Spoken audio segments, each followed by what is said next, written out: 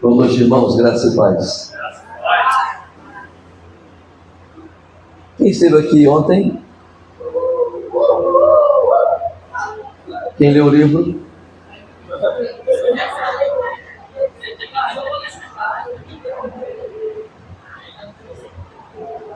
Tem mais perguntas? Abra sua Bíblia em Romanos capítulo 12, verso 2.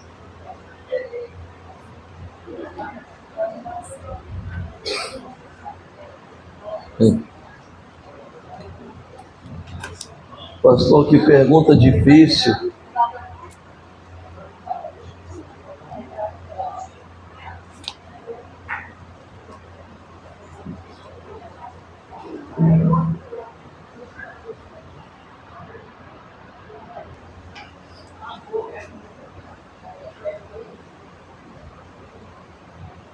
E não vos conformeis com este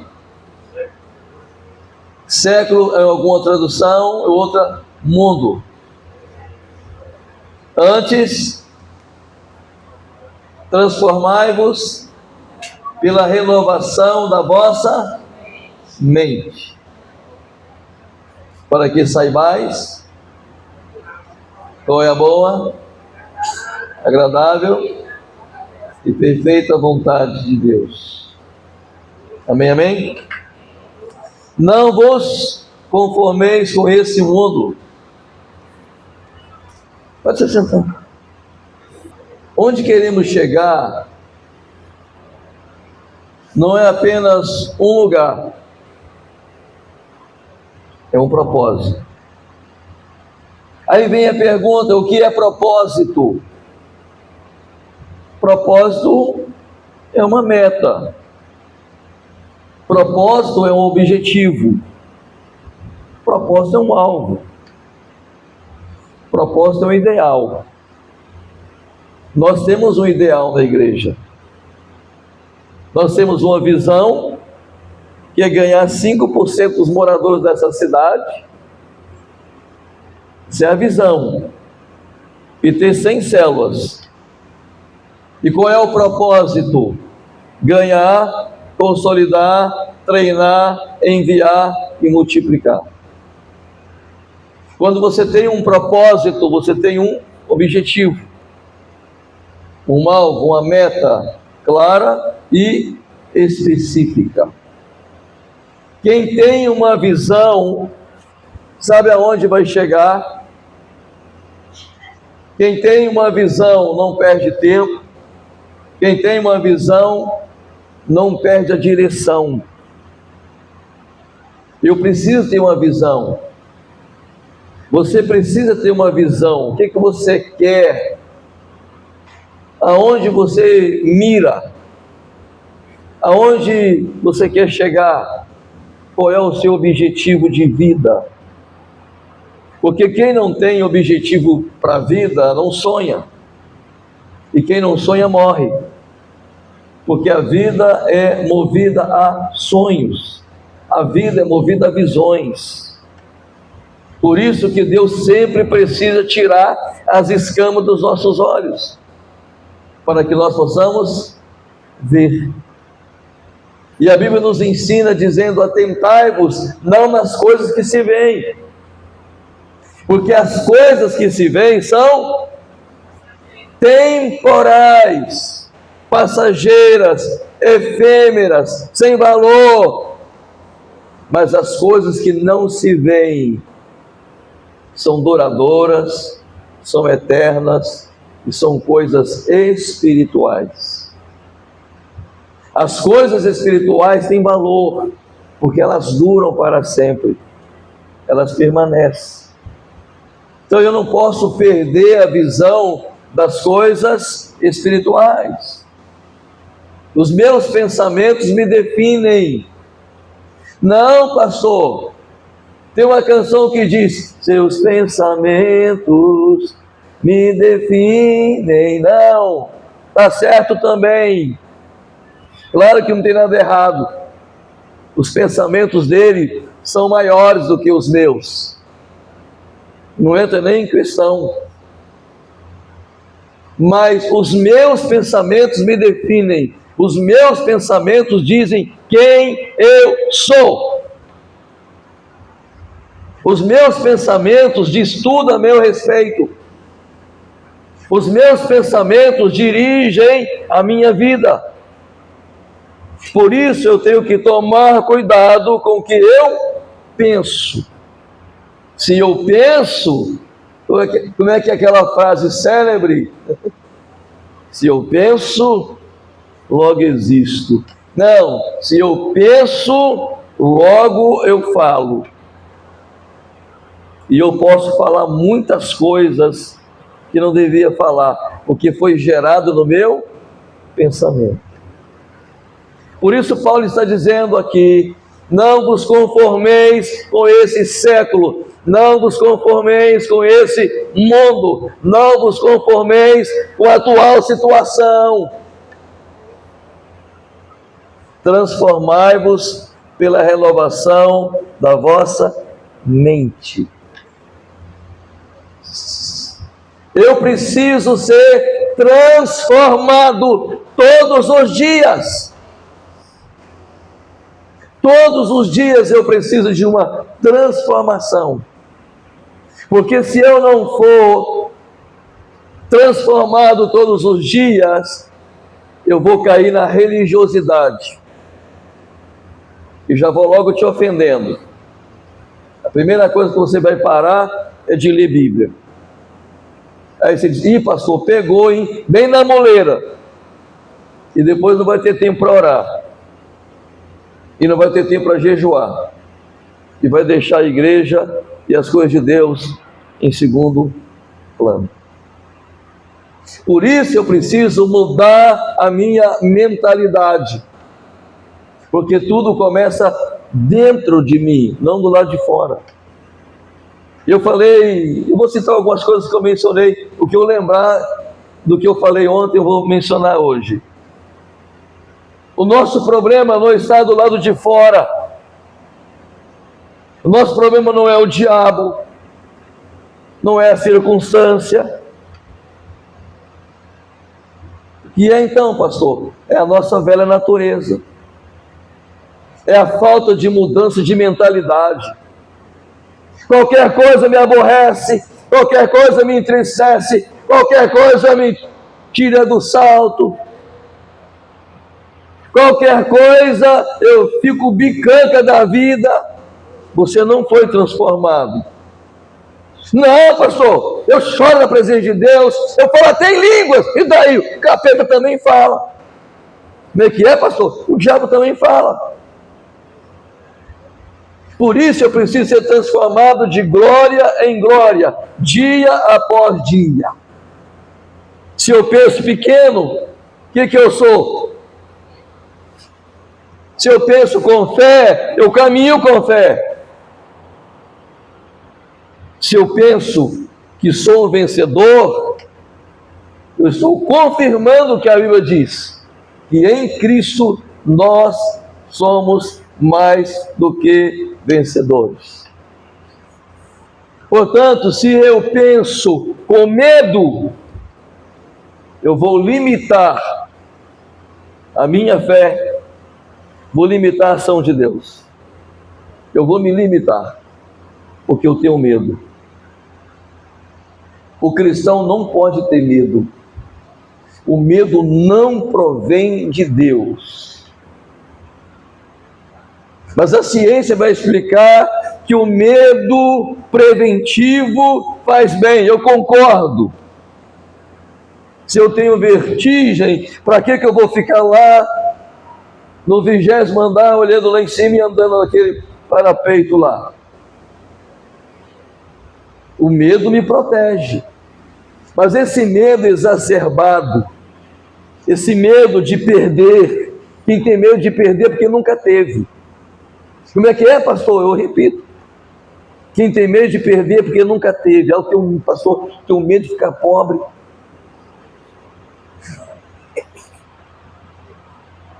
Você nunca pensou nisso? Pastor, eu tenho medo de perder a minha casa. Minha casa é minha vida. Minha vida é Cristo. A minha salvação é Cristo. O caminho é Cristo. Agora, se eu estou em Cristo, o meu caminho vai ser iluminado. Se eu estou em Cristo, eu vou prosseguir. Se eu estou em Cristo, eu vou prosperar. Se eu estou em Cristo, eu vou vencer. Amém? Então, se eu penso segundo a palavra de Deus, eu vou romper. Eu vou triunfar. Eu vou ser bem-sucedido. Porque eu penso segundo a palavra de Deus. E Satanás tem uma artimanha muito grande. Ele não quer que você embase mais a sua vida na palavra. Ele quer que você embase a sua vida nos seus negócios. Ele quer que você embase as suas vidas nos seus projetos pessoais. E aí a palavra fica em segundo plano. E aí a gente vai empurrá-lo. Porque as coisas não acontecem. Você pode até prosperar, mas vai sempre faltar alguma coisa. Vai faltar a essência. O bolo pode até crescer, porque colocou fermento nele. Mas vai faltar algum ingrediente lá. Mas é até bonito, pastor, aí cresceu. Cresceu, mas não tem gosto. Cresceu, mas não tem sabor. Assim é a nossa vida, amém? Quem governa os seus pensamentos, governa a direção da sua própria vida. Você precisa aprender a governar os seus pensamentos. Por que eu estou dizendo isso? Porque se eu não governar os meus pensamentos, eu vou falar besteira. A velha natureza vai tomar conta da minha vida, eu vou falar mal do irmão. E falar mal do irmão é pecado. Ter contratempo com o irmão é pecado. Não amar o irmão é pecado. Não respeitar o irmão é pecado. Até para ceiar, se tiver um negócio desse, você tem que reconciliar com o teu irmão, senão não toma da ceia. Senão é hipocrisia. Pastor, não tem como pregar outra coisa, não. É isso mesmo que eu estou pregando.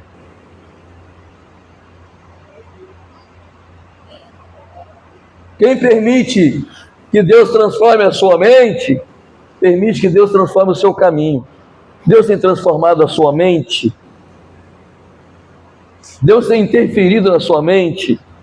Ah, pastor, você não falou que isso é eu que tenho que fazer? É eu que tenho que mudar de pensamento? É eu que tenho que mudar de mentalidade? Sim, eu tenho que fazer isso, mas eu tenho que deixar Deus trabalhar na minha mente. Porque se Deus não trabalhar na minha mente, o capeta trabalha. Se eu não trabalhar na minha mente, o inimigo trabalha. Ah, pastor, você acabou de dizer agora há pouco que o meu inimigo não é o diabo, não é a circunstância, é a velha natureza. Pois é, ele age na minha velha natureza. A minha velha natureza, ela é adâmica, ela é pecadora, ela é cruel, ela exige culto.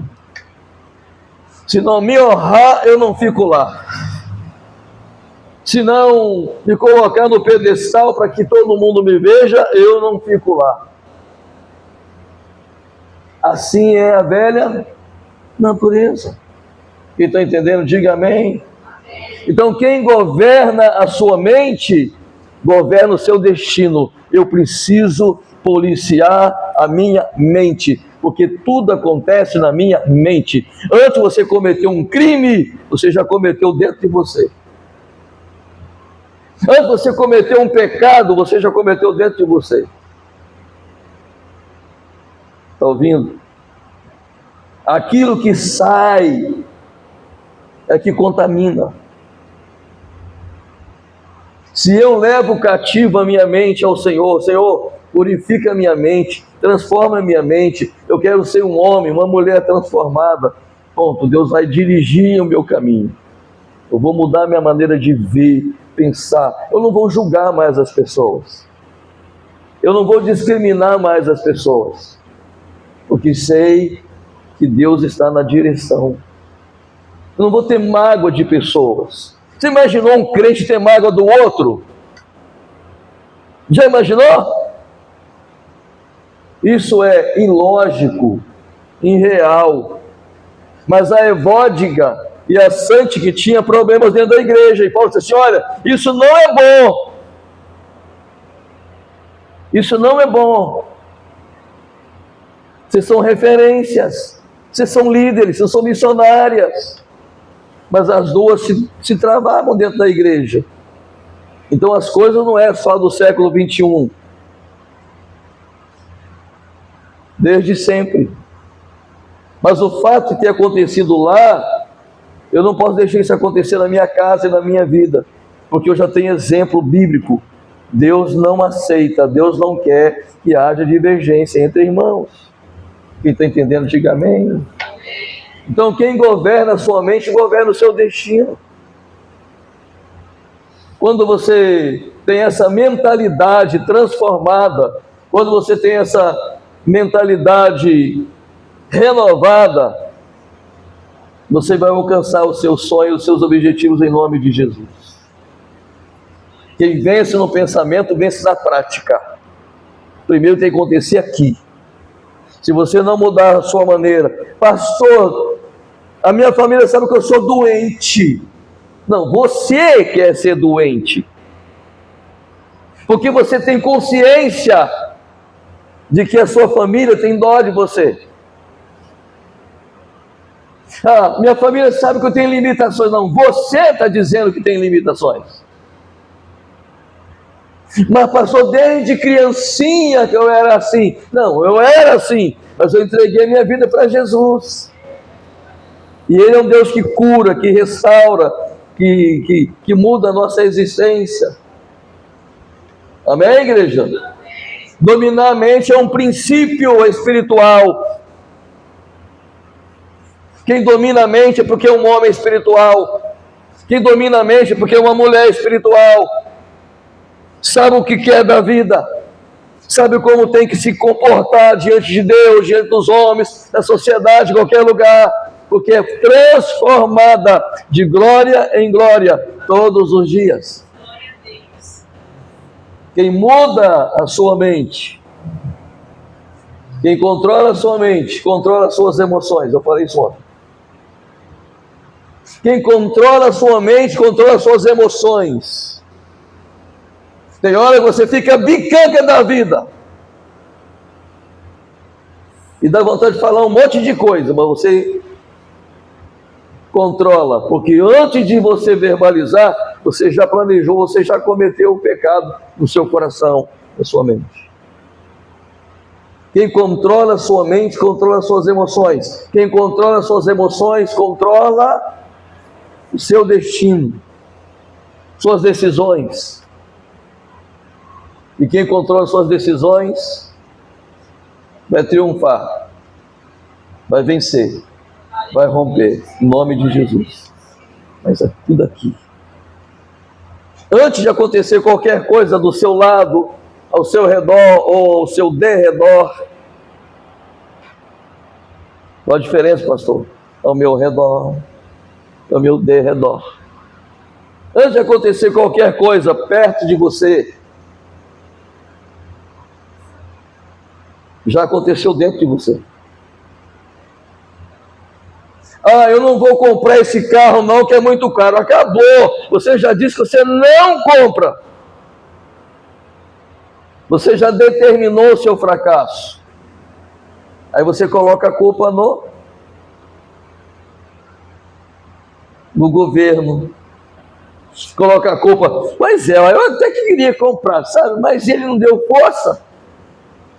Você está transferindo uma responsabilidade intransferível. Você disse que você não pode comprar, que é muito caro. Está ouvindo? Está entendendo, irmãos? Então a vitória começa onde? No visível ou no invisível? A vitória começa no invisível. Ninguém viu. Por isso que Paulo diz assim: atentai-vos não nas coisas que se veem. Porque as coisas que se veem são temporais, as que não se veem são eternas. Quem está entendendo, diga amém. Então a vitória começa no invisível. Depois ela vai trazer vai trazer à existência aquilo que não existe. Isso é fé.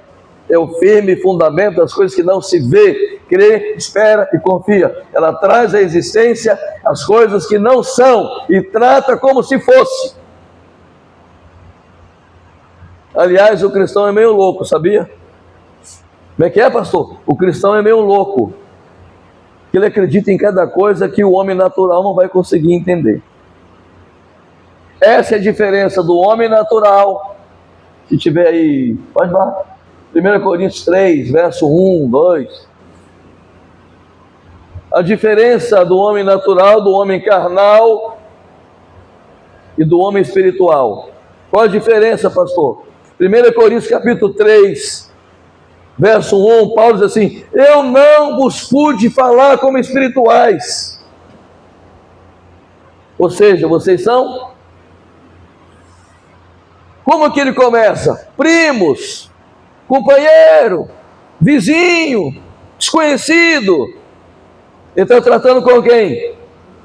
Está tratando com irmãos, está tratando com a igreja. Eu, irmãos, não vos pude falar como espirituais, mas como carnais, como meninos em Cristo. Vocês são nécios, vocês são crianças. Você acha que tem maturidade, você acha que tem capacidade para resolver as coisas, mas vocês ainda são carnais. Verso 2. Com leite vos criei, e não com carne, porque ainda não podeis, nem tampouco ainda podeis. Ou seja, vocês não estão prontos para ouvir certas coisas, porque vocês são meninos. Você não está pronto para desenvolver uma função, porque você ainda é criança. Mas você acha que você é maduro o suficiente para encarar a vida, e não é. É a mesma coisa daquele passarinho começando a criar penugem, né, adolescentes? É só passarinho por enquanto. Sabe aquele passarinho assim, está começando a criar penugem, quer voar? O que vai acontecer se um filhotinho tentar voar? Se as penas ainda não estão formadas, se a sua plumagem não está formada, vai cair. E existe alguns lugares que o ninho está dentro do rio, o jacaré já fica ali só esperando. Muita gente já viu essa cena aqui. Então não está na hora. Tem que ter equilíbrio, tem que ter maturidade espiritual, tem que ter mentalidade de homem de Deus, de mulher de Deus, amém? Glória a Deus. Então, já que as coisas só acontecem primeiro no visível e só vai se manifestar no invisível, eu preciso tomar cuidado com o que eu penso e, obviamente, com o que eu falo. O que eu falo vai refletir negativamente ou positivamente. Eu vou arrumar um amigo, eu vou arrumar um inimigo. Eu vou trazer o afeto de alguém, eu vou trazer a ira de alguém. Eu vou trazer o amor de alguém, a simpatia de alguém, o carinho de alguém, ou eu vou trazer o repúdio de alguém, pelo que eu falo. Por isso, antes de pensar, antes de falar, pensa. Eu vou te mostrar o que é vitória no visível e invisível, que começa dentro de cada um de nós. Porque as suas lutas não começam do lado de fora. O nosso problema não é o lado de fora. O que está acontecendo aqui não é com a esposa, não é com o esposo, não é com o filho, não é com a situação, não é com a circunstância, não é com o governo, não é com o meu patrão, não é com ninguém. O meu problema é comigo. E eu falei isso ontem. Números capítulo 14. Quando Moisés manda os 12 espias, dá uma olhadinha na terra da promessa de Deus. Promessa de Deus. Vão lá, essa terra é de vocês. Aí Moisés manda dar uma olhadela. Ficam 40 dias lá. Ficam impactados pelo que viram. viram os descendentes de Enaque, os Enaquins, viram gigantes, viram cidade fortificada, viram também cacho de uva carregado por 2 homens, viram romãs, viram figo. A terra era maravilhosa, do jeito que Deus prometeu, mas tinha desafios. E eles voltam com o relatório. 10 príncipes disseram para Moisés: nós não podemos tomar aquela terra. É terra de gigante. É terra que devora. Lá tem tribos que se matam. Tem povo que se luta entre si. A gente vai ser jantado facilmente por eles. Nós somos como gafanhotos perto deles. Pergunta: gafanhoto conquista a terra? Gafanhoto vence gigante? Gafanhoto nasce no deserto e morre no deserto. Foi isso que aconteceu com aquele povo. Aí Josué e Caleb disse assim: eia, subamos! Se Deus é conosco, a gente vai romper, vai vencer, a gente vai destruir aquele povo como um pão, vamos rasgar aquele povo no meio. Deus é com a gente, percebe? Está dentro de você. Se você colocar na sua cabeça que essa pessoa aqui é o seu inimigo, acabou. Ele vai fazer de tudo para te agradar, mas você já definiu que ele é seu inimigo. Tem pessoas que visualizam e dizem: vou comprar aquela casa. Você está doido? Olha o seu contra-cheque, olha o seu borderô, olha o seu balancete, olha o seu faturamento. Apaga, eu não estou olhando pelo que eu faturo, eu estou olhando pelo que eu creio. Aí você olha longe e alcança longe. Se eu penso pequeno, eu sou pequeno. Porque você é o que você pensa. Não é assim que está em Provérbios 23, 7? Lembra?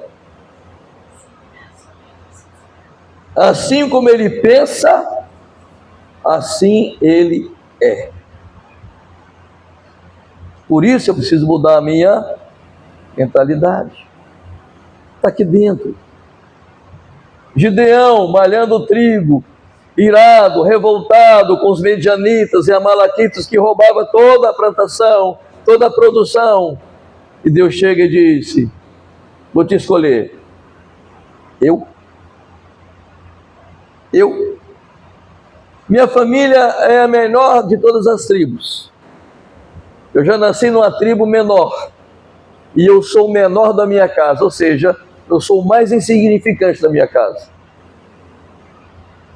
Você deve ter errado de endereço. Não sou eu. Você percebe que antes de acontecer o visível, já aconteceu o visível, já aconteceu no invisível. Percebe? Ou não percebe isso? Eu estou falando com a língua estranha aqui. Está difícil de entender, gente? Não? Estou sentindo que o negócio está assim. Está difícil de entender. Antes de acontecer no visível, antes de você ser mãe, você tem que gerar. E o que a gente está gerando? Medo, dúvida, confusão, contenda, intriga, pessimismo, dúvida, incerteza. O que a gente está gerando? Porque uma hora isso vai nascer. Como sonho, em uma hora ele vai se tornar realidade. Mas ele já foi gerado. Estou ouvindo? Quer trocar de carro, quer comprar um carro? Começa a profetizar. Senhor, é esse carro, essa cor, é motor tal. Você está doido, pastor? Vou dar um exemplo do Po Yang Show. A maior igreja do mundo na Coreia do Sul já morreu, mas continua a maior igreja do mundo, com mais de 800 mil membros, quase toda a população do estado do Tocantins. Tem 1 milhão e pouquinho, né? Ele chegou na igreja, começando a igreja, e orando a Deus: Deus, todo mundo tem, todo mundo pode, eu não tenho, Senhor, me dê uma bicicleta. Aí o Espírito Santo falou para ele assim: que tipo de bicicleta você quer? Então, o senhor sabe, quem vai andar é você. Que tipo de bicicleta você quer, filho? Ah, eu quero uma bicicleta americana. Ah, eu também quero uma escrivaninha de mogno. Todo mundo sabe o que é mogno, né? Madeira. E quero uma cadeira de roda para o meu escritório. Chegou na igreja e disse: irmãos, eu tenho uma bicicleta. Aí o jovem, velhaco que só: pastor, nos leve na sua casa porque nós queremos ver a sua bicicleta. Lascou, porque ainda só estava sendo gerado.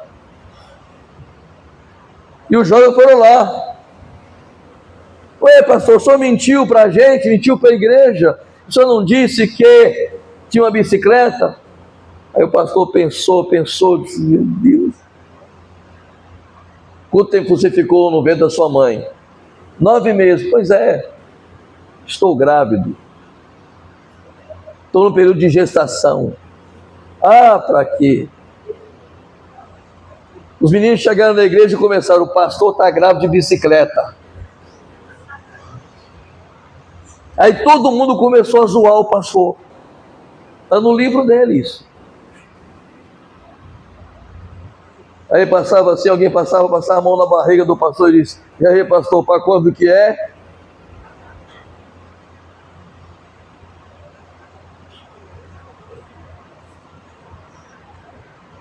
Fé. Quem anda pela fé, quem caminha pela fé, vive da fé. E os resultados são extraordinários. Tinha um casal de americanos voltando para a América.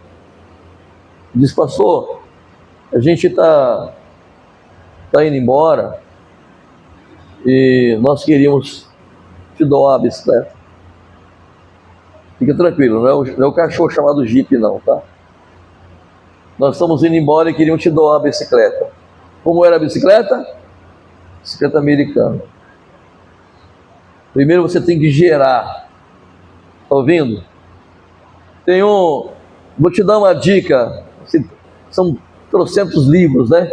Tem um livro chamado do Robert Tom,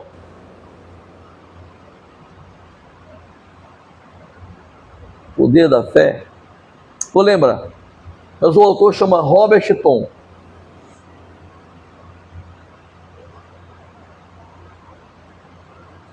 Ele chegou num porto para embarcar. Vou resumir. Chegou no porto para embarcar sem passagem, porque ele estava orando e disse: Deus, eu vou viajar. E Deus disse: pode ir, vou providenciar para você. Ele foi embora, porque foi gerado primeiro no invisível, fé. E ele foi. Chegou no aeroporto para embarcar, camarada de gorrinho disse assim: bilhete não tenho, então você não pode embarcar. Não, mas eu vou embarcar nesse navio. Eu tenho certeza. Não, mas você não tem bilhete, você não pode embarcar. Ele ficou por ali.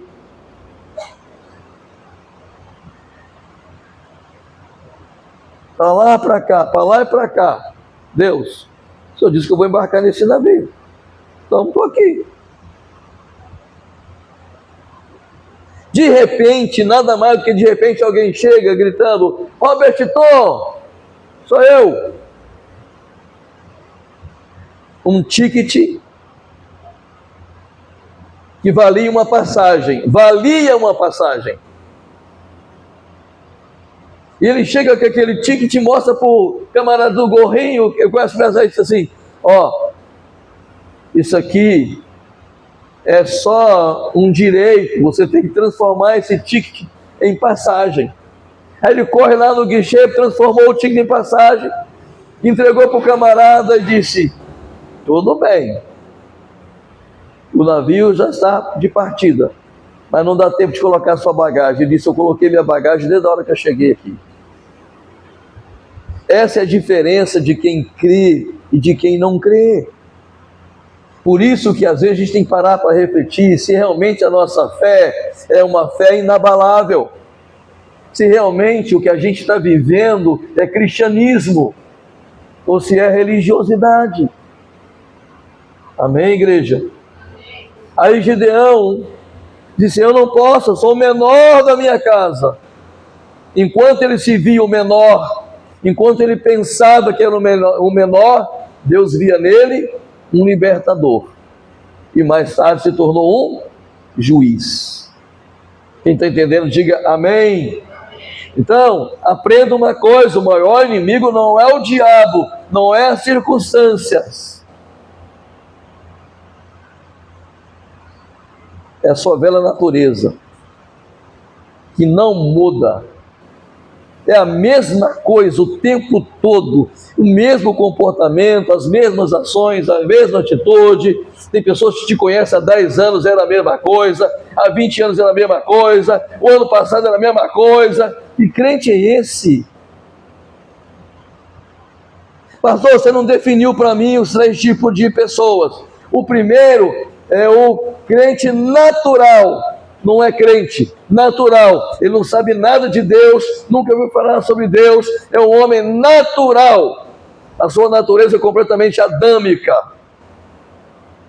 Segundo homem é o que o Paulo fala: irmãos, eu não vos pude falar como espirituais, assim como carnais. É aquele crente rabugento, encrenqueiro, bebe cachaça, bebe cerveja e dá glória a Deus. E acha que está tudo bem.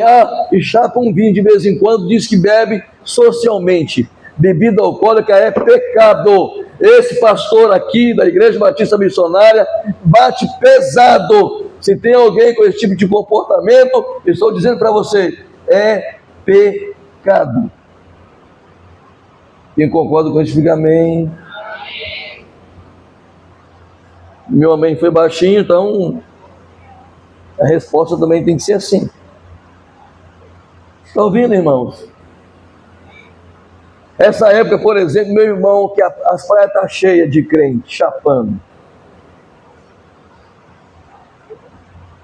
E chega em casa cantando a musiquinha ainda, que a Conceição gosta de cantar. O vento balançou meu barco em alto mar, o meu barquinho está.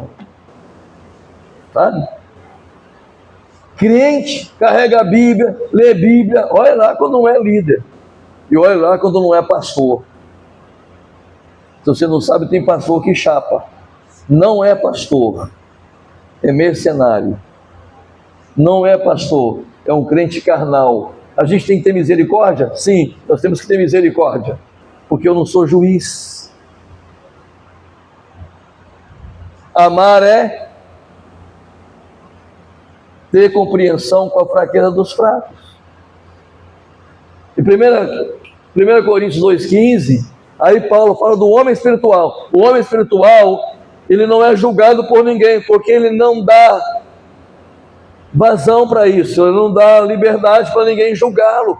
O comportamento dele está acima de todas as coisas.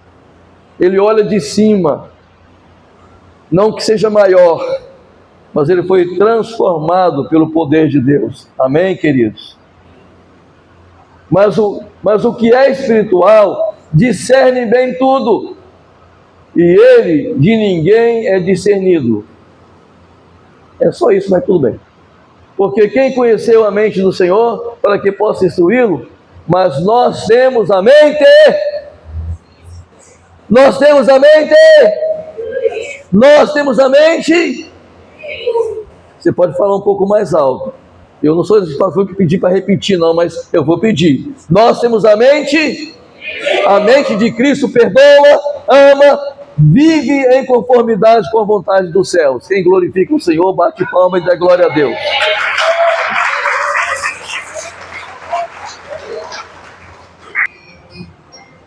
Tudo bem, querido? Que o Senhor te abençoe e te guarde. Que o Senhor faça resplandecer o teu rosto sobre ti e tenha misericórdia de ti. Que o Senhor te abençoe e te guarde e te dê a paz. Deus abençoe a todos, em nome de Jesus.